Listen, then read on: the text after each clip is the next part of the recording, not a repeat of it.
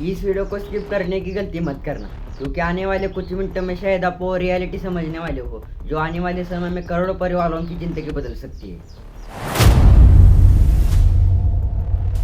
पिछले कुछ महीनों से आपने एक चीज़ जरूर नोटिस की होगी, हर चीज़ महंगी होती जा रही है। Food, petrol, diesel, electricity. असली सवाल यह है ना कि चीज़ें क्यों महंगी हो रही है। असली सवाल यह है, क्या ये सिर्फ शुरुआत है। दुनिया में अभी जो हो रहा है उसके बारे में कई लोग पूरी सच्चाई नहीं जानते। और ग्लोबल कॉन्फ्लिक्ट्स, फ्यूल सप्लाई की टेंशन, इकोनॉमिक स्लोडाउन और एक्सपोर्ट की बढ़ती चिंता। इतिहास गवाह है कि जब भी दुनिया पर आर्थिक संकट आया है तो सबसे बड़ा असर मिडिल क्लास लोगों पर पड़ा है। मिडिल क्लास लोग, कम सैलरी वाले लोग, स्मॉल बिजनेसेस और वो लोग जो महीने की सैलरी से अपना घर चलाते हैं। लेकिन दोस्तों, इस वीडियो का सबसे महत्वपूर्ण भाग आखिर में है, क्योंकि वहाँ हम बात करेंगे फ्यूचर में सिचुएशन खराब होती है तो एक आम आदमी को कैसे फाइनेंशियल प्लानिंग करनी चाहिए और इस आर्थिक संकट से कैसे बचे। और बिलीव मी, आने वाले समय में ये जानकारी आपके बहुत काम आ सकती है।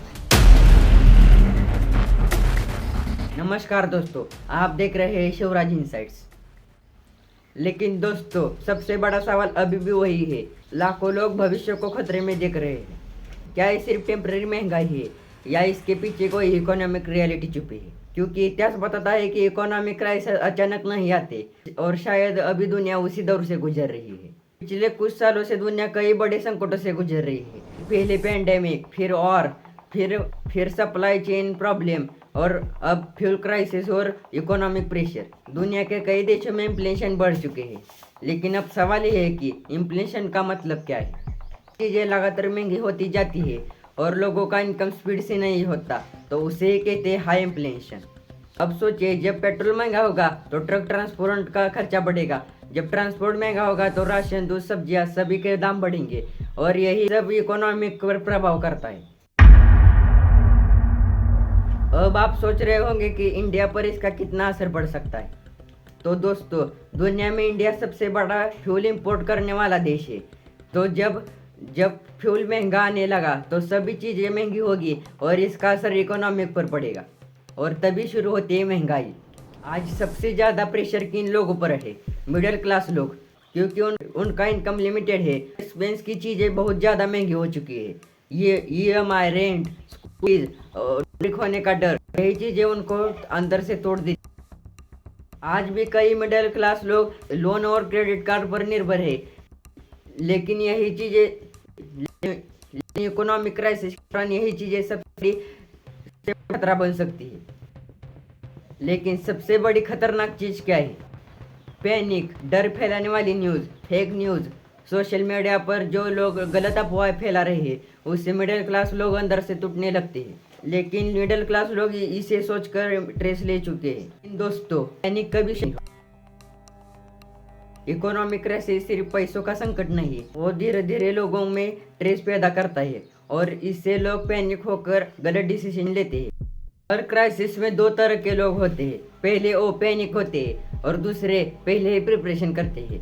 आने वाला समय सिर्फ प्रिपरेशन करने वाले लोगों का होता है। अब सबसे बड़ा सवाल, अगर आने वाले समय में इकोनॉमिक क्राइसिस आता है तो एक आम आदमी को पहले प्रिपरेशन क्या करनी चाहिए? इमरजेंसी सेविंग बनाए, 3 to 6 मंथ की सेविंग बनाए, ताकि इमरजेंसी वक्त में सबसे बड़ा काम करती है सेविंग सबसे ज़रूरी है।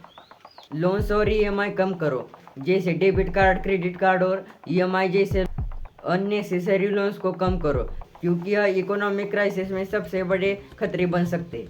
लग्जरी स्पेंडिंग कम करो, महंगे गैजेट, शो ऑफ करने के लिए पैसा खर्चना, अननेसेसरी शॉपिंग यह कम करो, क्योंकि यह पूरी सेविंग खत्म कर सकती है। लोकल बिजनेस को सपोर्ट करो, जब छोटे व्यापारी और सभी बिजनेस वालों को आप सपोर्ट करोगे, उनसे चीज़ें खरीदोगे तो हमारी इकोनॉमी मजबूत होगी। फेक फेयर से बचो, आजकल लोग TRP और व्यूज बुलाने के लिए कई फेक न्यूज़ फैला रहे। पैनिक होने से पहले इसकी इंफॉर्मेशन, हर न्यूज़ की इंफॉर्मेशन ठीक से निकालो। न्यू स्किल सीखिए, क्योंकि आने वाला समय सिर्फ डिग्रियों का नहीं, न्यू स्किल का होना। नई स्किल सीखिए, ऑनलाइन वर्कशॉप खोलिए और इनकम का नया सोर्स बनाए। फाइनेंशियल लिटरेसी सीखिए, क्योंकि बजट, सेविंग और इन्वेस्टमेंट यही आने वाले समय में सबसे बड़े पहलू बन सकते हैं। हेल्थ इंश्योरेंस और इमरजेंसी फंड रखिए, क्योंकि एक मेडिकल इमरजेंसी पूरी सेविंग उड़ा सकती है। इसलिए हेल्थ इंश्योरेंस और इमरजेंसी फंड जरूरी है। उससे वेस्ट मत करिए।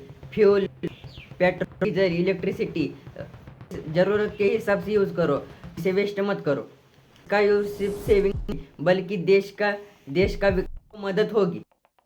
जरूरतमंद लोगों को मदद कीजिए, क्योंकि क्राइसिस में सबसे ज़्यादा असर पड़ता है डेली वर्कर्स को। आप सक्षम हैं तो ज़रूरतमंदों को सपोर्ट करिए। दोस्तों, ये वीडियो डर फैलाने के लिए नहीं था, ये था अवेयरनेस के लिए, क्योंकि आने वाला समय उन लोगों के लिए आसान होगा जो पहले से और याद रखिए, पहले प्रिपेयर लोग क्राइसिस से डरते, वो पहले से ही सभी सोर्सेज अवेलेबल।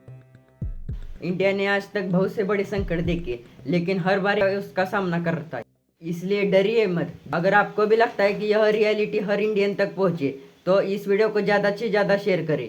दोस्तों को, फैमिली को ग्रुप में शेयर करें, ताकि हर इंसान जागरूक हो सके। अगर आप भी चाहते हैं कि ऐसे ही रियलिटी बेस्ड वीडियो आपको मिले, ना कि फेक न्यूज़ और पॉलिटिक्स, अभी मेरे इस शिवराज इंसाइट चैनल को सब्सक्राइब करो। आने के समय में सिर्फ जागरूक लोगों का होगा।